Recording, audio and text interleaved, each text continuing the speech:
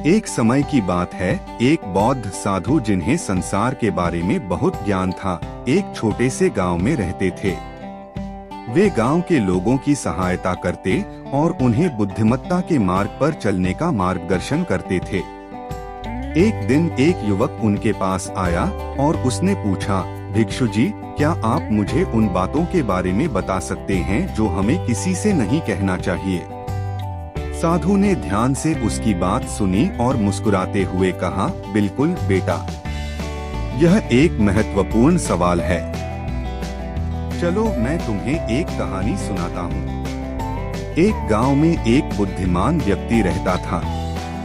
उसका नाम था रामू। रामू गांव के लोगों की समस्याओं को सुलझाने में बहुत माहिर था। वह बहुत ही संजीवनी बूटियों के बारे में भी जानता था। एक दिन गांव में एक बड़ा मेला आया।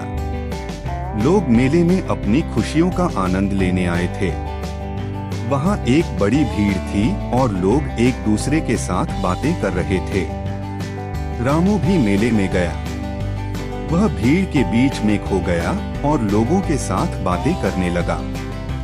वहां एक युवक आया और रामू से बोला, आप मुझे बताएं, आपके पास कौन सी संजीवनी बूटी है?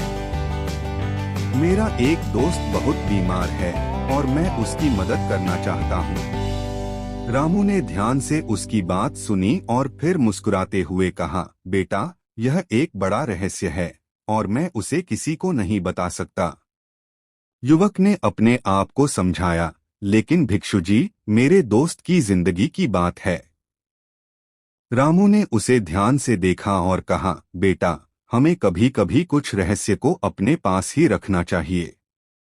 सभी बातें सबको बताने की आदत हमें संजीवनी बूटी की जरूरत से भी अधिक खतरनाक हो सकती है। जब हम अपने सब कुछ बाहर लेकर आते हैं तो हमारे पास कुछ खास नहीं बचता। यह कहानी हमें यह सिखाती है कि हमें कुछ बातें अपने पास ही रखनी चाहिए। हर किसी को सब कुछ बताने की जरूरत नहीं होती है।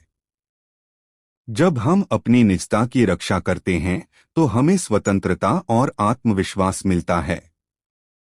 इसी तरह की और रोचक कहानियां जानने के लिए हमारे चैनल को सब्सक्राइब करें और वीडियो को लाइक और शेयर करें। धन्यवाद।